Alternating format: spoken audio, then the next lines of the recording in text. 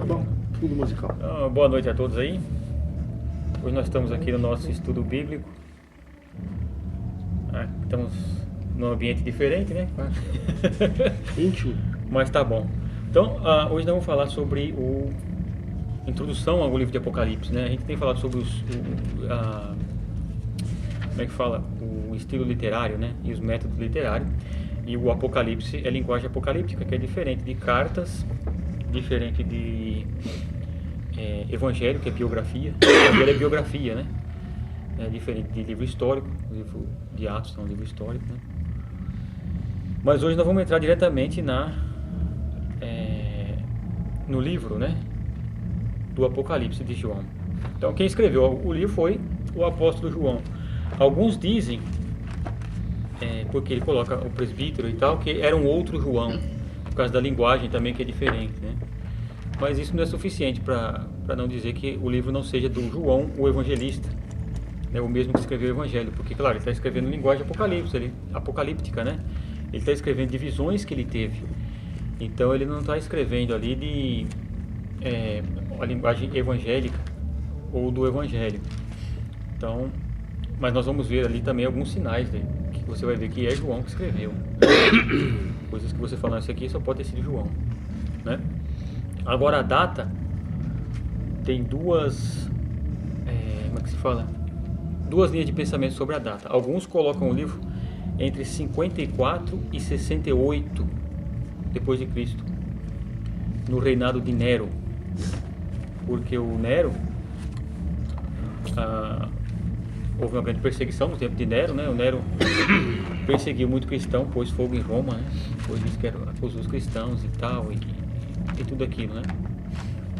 Outros dizem que foi no tempo de Domiciano, que foi entre o ano 81 e 95, 96, né? Então João estava bem, É, porque ele era mais novo dos apóstolos, mais mas novo. Mas já era, tinha uns 20, né? se tiver 20 anos, né? É. No ano quando Jesus veio. Então por ali a gente já põe ali uns 100 e tantos, né? Alguns dizem, no século XX agora, no século II depois da igreja, todo mundo assumia que foi no tempo de Domiciano. E depois agora no século XX também a maioria dos teólogos afirma, não, foi no tempo de Domiciano. Mas tem se levantado mais pessoas afirmando que foi no tempo de Nero, porque no tempo de Nero é onde houve a maior perseguição realmente de cristãos, onde houve várias coisas. E no capítulo 17 do livro de Apocalipse, 17, vamos ver lá, 17 versículo 10 de Apocalipse.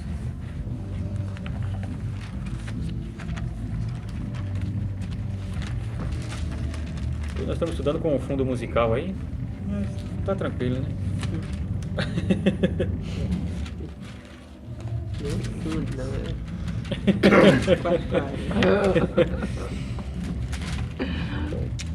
Olha só, uma dos que defendem que foi 17 o quê? 17 versículo 10, que foi na época de Nero, anos 54 a 68, eles tomam como um dos versículos que pode afirmar isso, esse capítulo 17, versículo 10, onde diz assim, sobre os reis que iriam levantar, né? Diz assim: são também 7 reis, 5 já caíram, um existe e o outro ainda não é chegado. Então, falava-se aqui da mulher na montanha, na cidade que tinha 7 montanhas, que era a Roma, né? Que tinham 7 montanhas, e as 7 montanhas também, ele diz, também são 7 reis. Você vê como a linguagem apocalíptica às vezes tem 2 sentidos, o mesmo símbolo com 2 sentidos. E ele diz assim, são também 7 reis, 5 já caíram, um existe e o outro ainda não é chegado. O interessante disso tudo é que Nero era o 5º dos imperadores, porque primeiro foi Augusto, Tibério, Calígula, Cláudio e depois Nero, né? Então, Augusto, Tibério, Calígula, Cláudio e Nero. Um ainda existe, né? No caso seria Nero. O outro ainda não teria vindo ainda, ele era o 5º, né? Que seria o anticristo, que virá no final. Então eles afirmam que por conta disso, Nero, provavelmente era no tempo, foi no tempo de Nero. Mas por qualquer que seja a data, né, o que importa é o seguinte, é que o livro foi escrito mais ou menos nessa época, antes do final do primeiro século da era cristã. Né? E o livro do Apocalipse, a gente pensa que às vezes só tem profecia, né?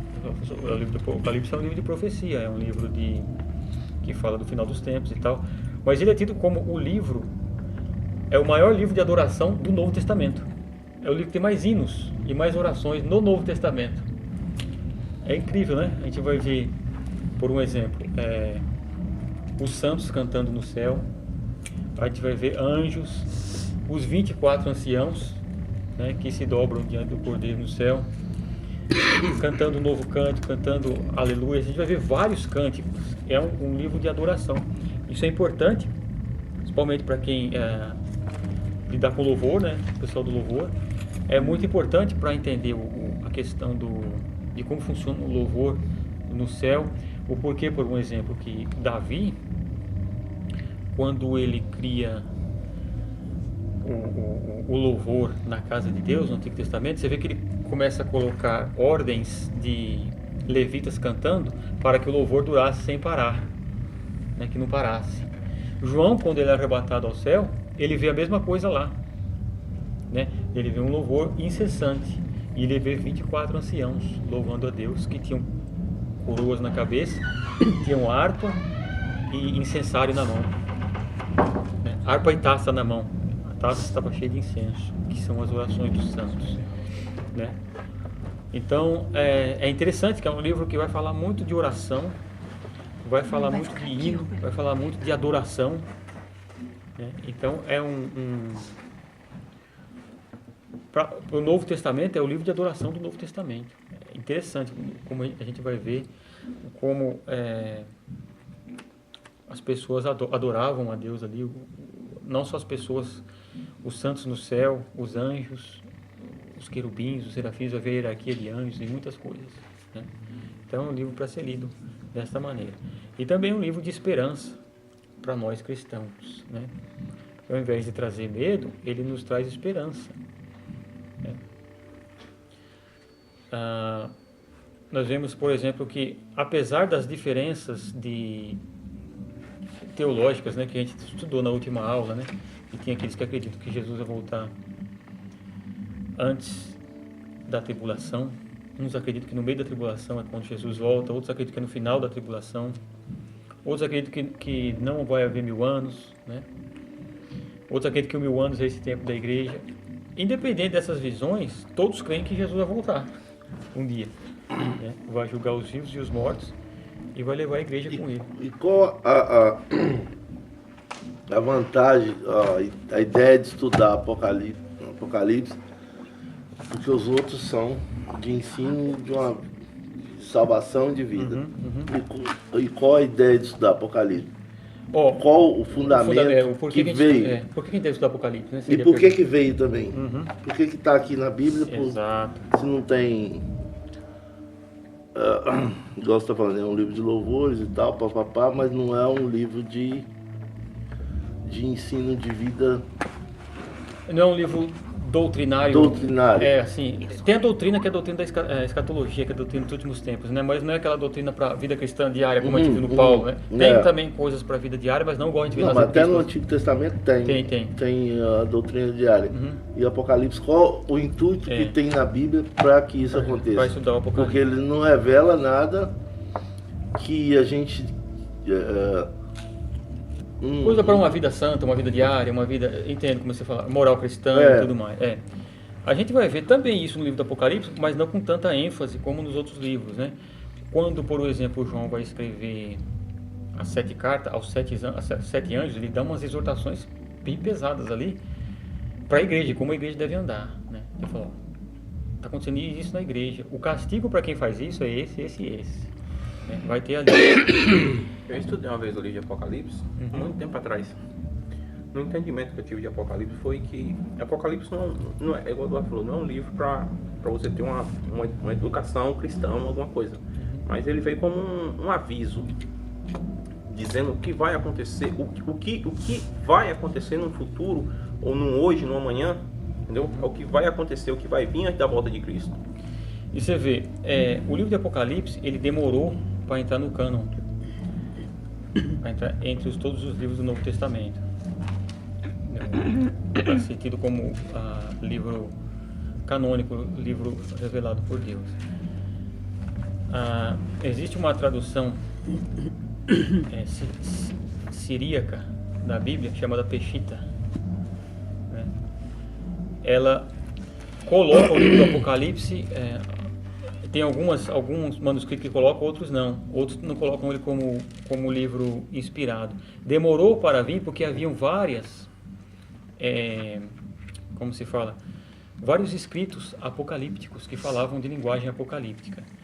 Então precisou de muito estudo e de muita a igreja aceitando aos poucos para dizer, não, isso aqui realmente é palavra de Deus. Foi o João que escreveu mesmo, é palavra de Deus. Então, por que nós estudamos o livro do Apocalipse? Ele tem um pouco de doutrina, tem um pouco de tudo, mas o principal é isso aqui. O livro do Apocalipse vem trazer para nós, que somos cristãos, um certo conforto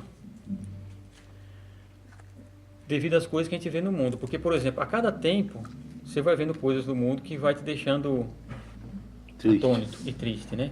Então, por um exemplo, quem viveu na época de Hitler, quem viveu naquela época, na Alemanha, principalmente, na Europa, muitos acreditavam que ele era o anticristo, né? E muitos achavam, não, esse cara, porque o anticristo vai perseguir Israel. E foi o que ele fez, ele matou 6 milhões de judeus, né? Então... Ele veio como um falso profeta, né? Ele era realmente um... Ele se quis fazer como um anticristo. Um protótipo do anticristo. Ele se uma quis mostra passar grátis, por né? anticristo. Uma amostra Para grátis. pessoas idolatrar e tudo mais. Você vê que ele disse que ia fazer o Reich, né? Que era um império de 1000 anos, imitando o milênio de Cristo, né? O cara não era brincadeira, né? Inteligente, mano. Muito inteligente. Então, mas o que acontece, né? Quem viveu naquela época fala, não, tá perto do fim. Então, nós igreja, nós esperamos a vinda de Cristo, esperamos o fim, que vai ser a nossa redenção. Mas o livro do Apocalipse nos mostra detalhes de como será. Não, ainda não é ainda, peraí, que ainda não é. Tem esse detalhe para acontecer, tem esse e esse, para que ninguém nos engane, né? Para que ninguém fale para nós, olha, né? Tal dia. Vai acontecer agora, ou vai ser agora, vai ser isso, vai ser aquilo. Então, primeiro, é uma mensagem de alerta, né, para a igreja. Primeiro, nós temos que estar preparados, porque o Senhor vai voltar. Afirmação, linguagem apocalíptica sempre fala isso, é a afirmação da vitória triunfal da igreja de Cristo. Então, primeiro, nos garante a vitória, que nós vamos vencer pelo Cordeiro. Fala dos castigos que virão para os infiéis, né? Virá um castigo para os infiéis que não creem em Cristo, para os infiéis que ainda não receberam o Senhor, e o cumprimento de todas as profecias para Israel. Então nós lemos o Apocalipse, justamente isso vai fazer com que nós tenhamos esperança e fazer com que nós estejamos buscando estar preparados para a vinda de Cristo. Isso faz com que a nossa vida... Tem até um professor meu que dizia assim, você estuda escatologia, você estuda Apocalipse, isso vai fazendo você pensar em ter uma vida mais santa. Eu falo, não, peraí, o negócio é sério, não é brincadeira, né? Jesus vai voltar mesmo, né? Isso é real, ele vai nos buscar. Então, o livro do Apocalipse justamente é isso, é consolo, é esperança para nós e nos alerta para uma vida de santidade maior, né? Esperança, que Cristo vem. Então, quando às vezes a gente está passando por alguns problemas e tal, a gente fala, não, peraí, Cristo vai voltar, cara, isso aqui vai acabar logo. Ele pode voltar a qualquer momento, né? Então, essa é a razão que nós estudamos o livro do Apocalipse. Essa é por isso que ele é no final da Bíblia, né? Você vem no começo da Bíblia lendo ali, você vai ficando confortável, eu tô no caminho certo, tô mais ou menos ali e tal. Aí quando chegar no final, você tem um espanto, né? O Apocalipse revela realmente o final das coisas. O final das coisas vai acontecer, né? Nem todos subirão. Não. E você vê uma coisa interessante. A linguagem apocalíptica é tão interessante na Bíblia, que o livro do Apocalipse a gente sempre estuda junto com alguns livros do Antigo Testamento, principalmente o livro de Daniel. O livro de Daniel é muito ligado ao livro do Apocalipse. Pelas profecias. Por causa das profecias do final dos tempos, né? E tem uma profecia interessantíssima,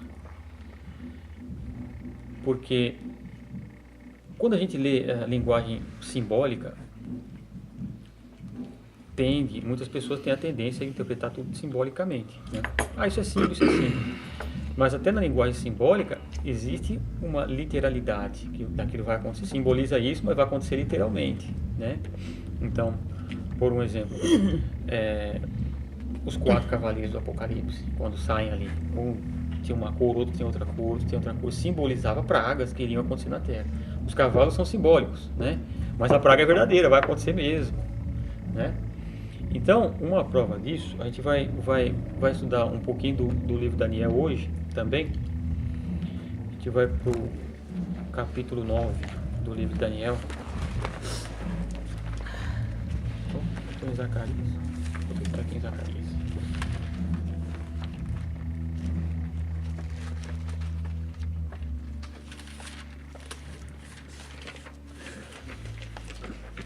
Minha Bíblia não tem Daniel.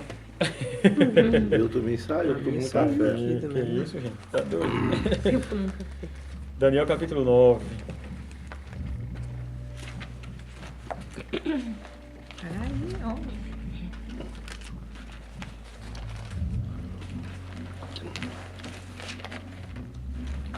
Capítulo 9 de Daniel. Então, a gente quando vai estudar profecia do Antigo Testamento, é importantíssimo a gente saber quando foi que se deu essa profecia. Então a gente vai ler o livro de Daniel. Onde Daniel estava quando ele estava fazendo essa oração? Na Babilônia? Capítulo 9, né? Capítulo 9 de Daniel. Daniel está fazendo uma oração, né? Pedindo perdão pelos pecados do povo e tudo mais. Mas aonde Daniel estava? Daniel estava na Babilônia. Porque a gente sabe que o povo de Israel foi pecando contra Deus, até que Deus falou: ó, vou levar vocês cativos. Se vocês não se arrependerem, eu vou levar vocês cativos. E o profeta Jeremias já tinha profetizado: vão ficar 70 anos de cativeiro na Babilônia. Então veio Nabucodonosor. Eu tenho aqui, eu ofereci para vocês, né? Desculpa. Eu não sei. Vou pegar uma balinha aqui que é pra... Então veio Eu ofereci para ninguém, só. Tinha um negócio aqui, né? o Nabucodonosor Todo mundo tá. e levou Israel cativo para a Babilônia. E Daniel foi. Daniel era um jovem que foi. Até que Daniel ficou lá preso. E também Sadraque, Mesaque e Abednego, né?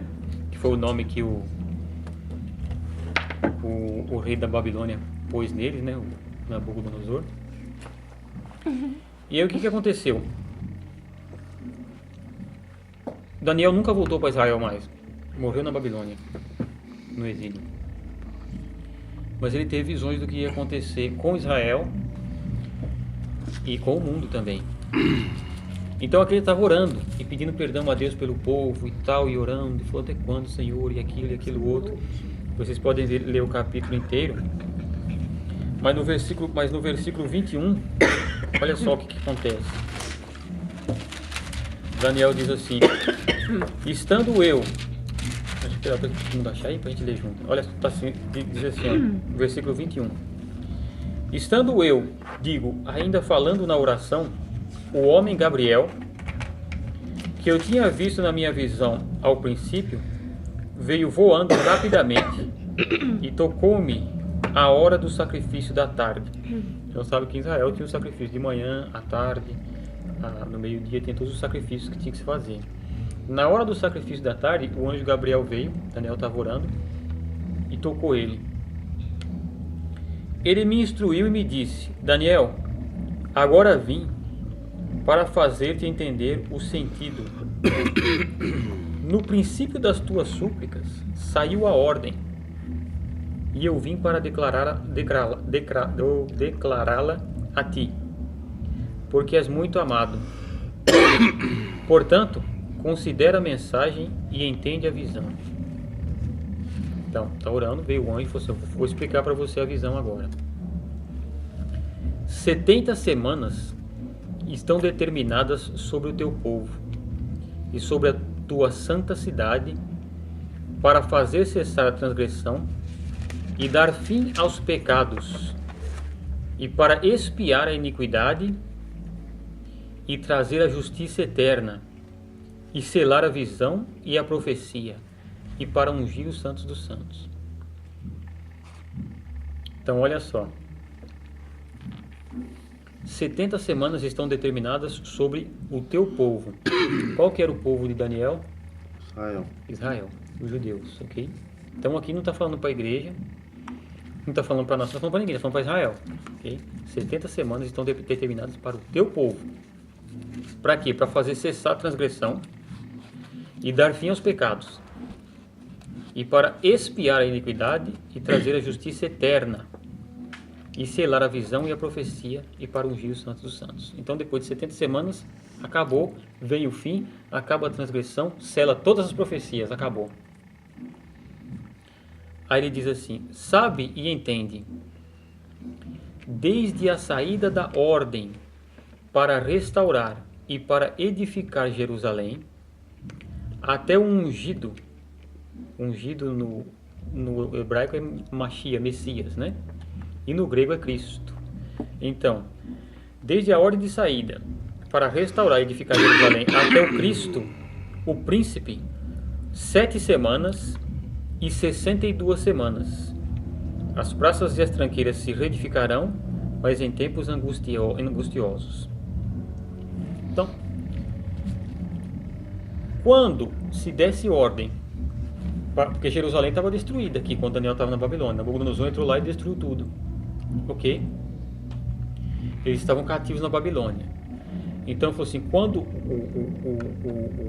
que depois a Babilônia passou, veio o Império Medo-Persa, tal, Daniel continuou lá. O que aconteceu? Quando o rei Artaxerxes deu ordem para Israel voltar, e voltou Neemias, voltou Esdras, voltou o pessoal para reconstruir o templo e o muro, reconstruir a cidade. Quando essa ordem foi dada, está lá no livro de Neemias, o que aconteceu? Daí conta-se 62 semanas mais 7, 69, ok? 69 semanas. Essas semanas são semanas de anos. Então, cada dia da semana é um ano. Então uma semana seriam 7 anos. Ok? Uma semana seriam 7 anos. Então são 69 vezes 7 anos. Isso aí em números vai dar 173.880 dias. Okay? 173.880 dias até o Cristo. Então quando ele deu a ordem, sai daqui, vai lá reconstruir. Vocês podem voltar e reconstruir. Essa ordem foi dada para recomeçar a reconstrução até Jesus, seriam 173.880 dias, até o ungido. Isso aconteceu no ano 445 antes de Cristo, no dia 14 de março. 14 de março de 445 antes de Cristo, o rei Artaxerxes dá a ordem, sai e vai para reconstruir o muro e reconstruir Jerusalém. Quantos dias foram? 173.880 dias. Você conta 14 de março de 445. Você conta 173.880 dias, vai dar 6 de abril do ano 32 depois de Cristo. Que era primavera em Israel. Foi o dia que Jesus entrou montado no jumentinho. Todos aclamavam: viva o filho de Davi, bendito seja aquele que veio em nome do Senhor. Ali ele entrou como ungido, Cristo. Então você vê, isso aqui se cumpriu certinho. O pessoal que estuda datas descobriram essas datas, fizeram as contas e falaram: não é impossível que um negócio desse seja símbolo somente, porque se cumpriu direitinho. 445, 14 de março de 445 a.C., 6 de abril do ano 32, 173.880 dias, o dia que Jesus entra em Jerusalém, montado no jumentinho, até ungir, ok? Olha só agora o que diz aqui embaixo. Depois de 62 semanas, será cortado o ungido, e não será mais. E o povo do príncipe que há de vir destruirá a cidade e o santuário. O seu fim será como uma inundação. Até o fim haverá guerra e estão determinadas desolações. Então, depois que Jesus entra triunfalmente ali, ele é cortado e morto. E é levado aos céus. Ele subiu aos céus, né? E subiu aos céus. Depois destruíram Jerusalém também. Agora, depois o que acontece é o seguinte: o príncipe que virá, diz assim no versículo 27, ele confirmará uma aliança com muitos. Porque até aqui foram 69 semanas, né? Mas aqui no versículo 24 diz que é 70. Sim. Cadê a outra semana que está faltando?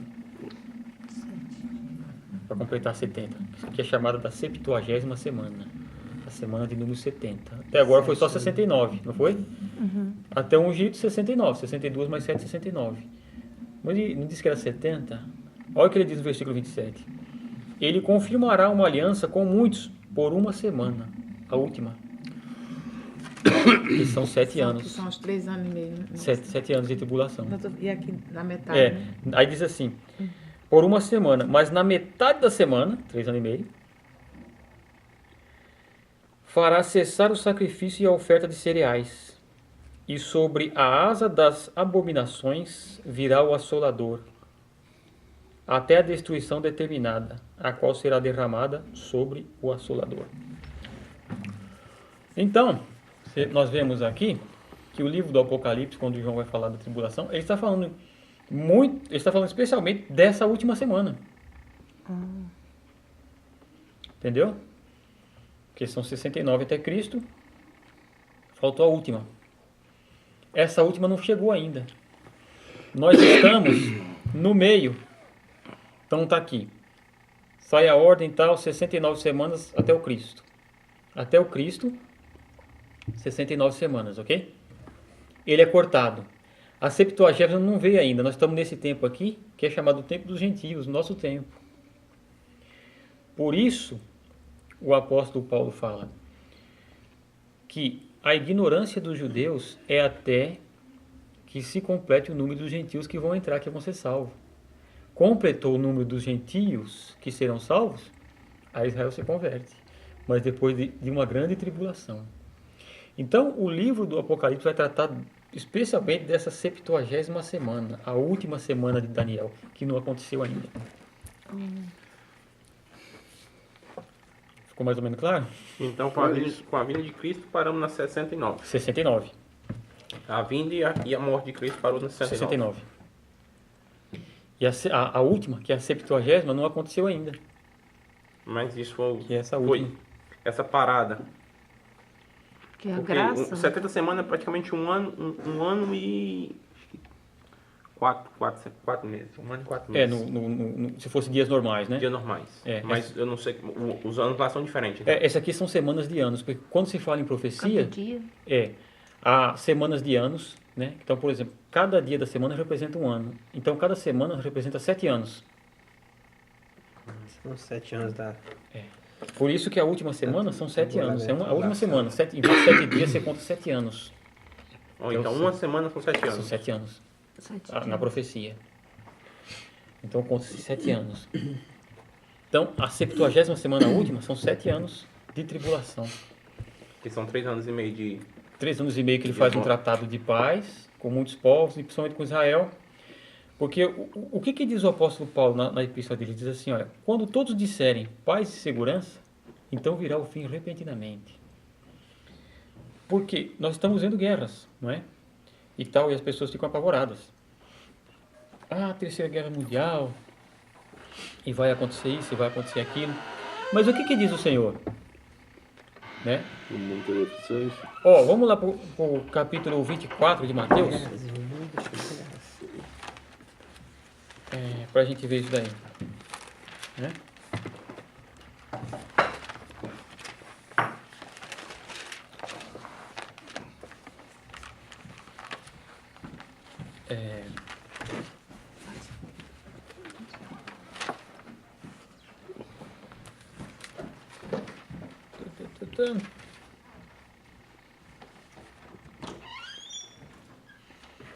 Capítulo 24, versículo 4. Olha só o que diz Jesus. Respondeu Jesus: acautelai-vos que ninguém vos engane. Pois muitos virão em meu nome, dizendo, eu sou o Cristo, e enganarão a muitos. Ouvireis de guerras e rumores de guerras. Mas cuidado para não vos alarmardes. Tais coisas devem acontecer, mas ainda não é o fim. Levantar-se-á nação contra nação, reino contra reino, e haverá fomes, pestes, terremotos em vários lugares. Todas essas coisas, porém, são princípios das dores. Entendeu? Então não é o fim ainda. Então nós ouvimos falar de guerras, rumores de guerra, praga, peste, um monte de coisa acontecendo. Então Jesus fala, não vos alarmeis. Não fiquem alarmados, dizendo, será que é o fim agora? É agora que Jesus vai voltar? Jesus fala assim, calma, ainda não é o fim. Meu Deus. Né? Essa guerra toda Eu já estava achando. que depois que vai surgir o anticristo. Porque o anticristo vem fazer o quê? Paz. A trazer a falsa paz. A falsa Quando paz. aparece, Exato. cessa tudo. Tudo, faz um tratado de paz com muitos, faz um tratado de paz com Israel, que está lá, quantos mil anos não está Israel e os filisteus, que é a Palestina, né? E esse pessoal brigando. Então, ninguém nunca consegue fazer paz lá. Quando o anticristo vem e consegue a paz, muitos judeus vão dizer é o Cristo. Porque conseguiu trazer a paz que todo mundo esperava. E o Cristo que eles esperavam também, né? E o Messias, que né? é o político rei que vai reinar trazer ali. e tal, né? Então, o que acontece? Mas aí acontece a união das nações? União. Ele vai governar muitos. O antigo Império Só o Romano, governo. o antigo Império Romano volta novamente, porque nós vamos ver no livro do Apocalipse, a cidade que tinha os 7 montes era Roma, né? Ela se levanta, a besta que estava ferida volta. A besta que estava ferida também tem 2 significados. Pode ser o anticristo, que é ferido de morte, levanta, e o Império Romano, que foi ferido de morte, e ninguém... Não, o Império Romano nunca mais se levanta. Vai voltar. Vamos dizer, caramba, voltou o Império Romano, né? Mas aí vai ser um governo só. Para todas as nações. Mas é a busca, a Europa, o latino-americano. É. Tudo que nós estamos vendo, essas uniões dos países, né? Só um É começo. para um governo mundial. A ONU quis colocar um governo mundial na década de 80, mas não funcionou, porque ainda não é o tempo, né? Não é só moeda. É. Você vê esse Brexit, né, que a Inglaterra saiu fora. Então, estavam tentando fazer de todo jeito, colocar o governo mundial, tal, e a Inglaterra sai fora agora. Então, todas essas mudanças que a gente vai vendo, é para a gente ficar de olho. Falar, peraí, ainda não.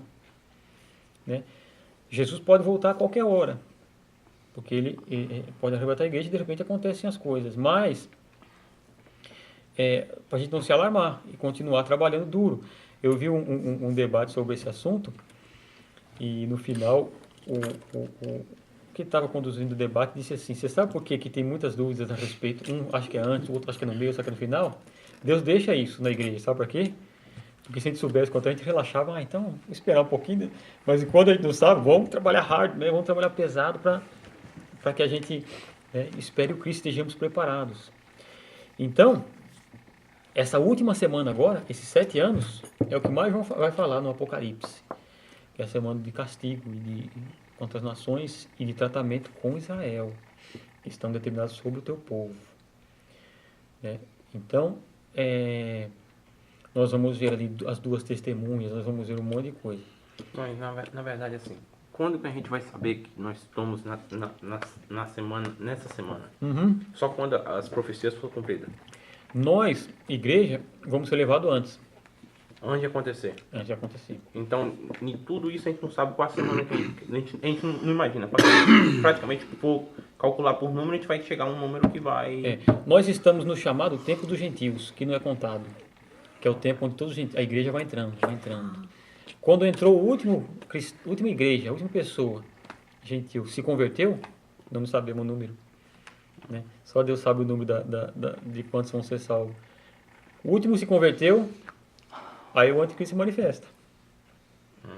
E Jesus leva a igreja, o anticristo se manifesta. Entra todos os gentios que tem para entrar, já era. Eles voltam.